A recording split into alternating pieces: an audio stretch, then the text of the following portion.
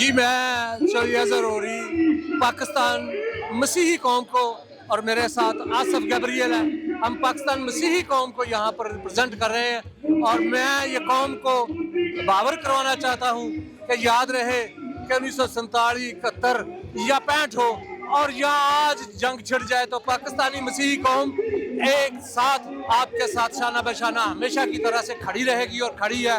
और हम लड़ेंगे। और मोदी को ये पैगाम है कि ये मत समझना कि पाकिस्तान तुम्हारे बाप की जागीर है कि पहले ले ली गई थी तो अब भी आपसे आज़ादी आराम से मिल जाएगी। और जम्मू कश्मीर पर जो आपने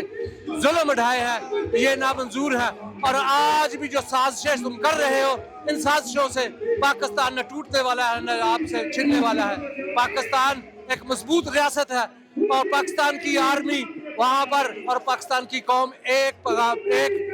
प्लेटफॉर्म पर खड़ी है और इंशाअल्लाह बफज़ल खुदा तुम इस पर की तरफ मैली आँख की तरफ भी नहीं देख सकते, देखोगे तो तुम्हारी आंखें निकाल दी जाएंगी।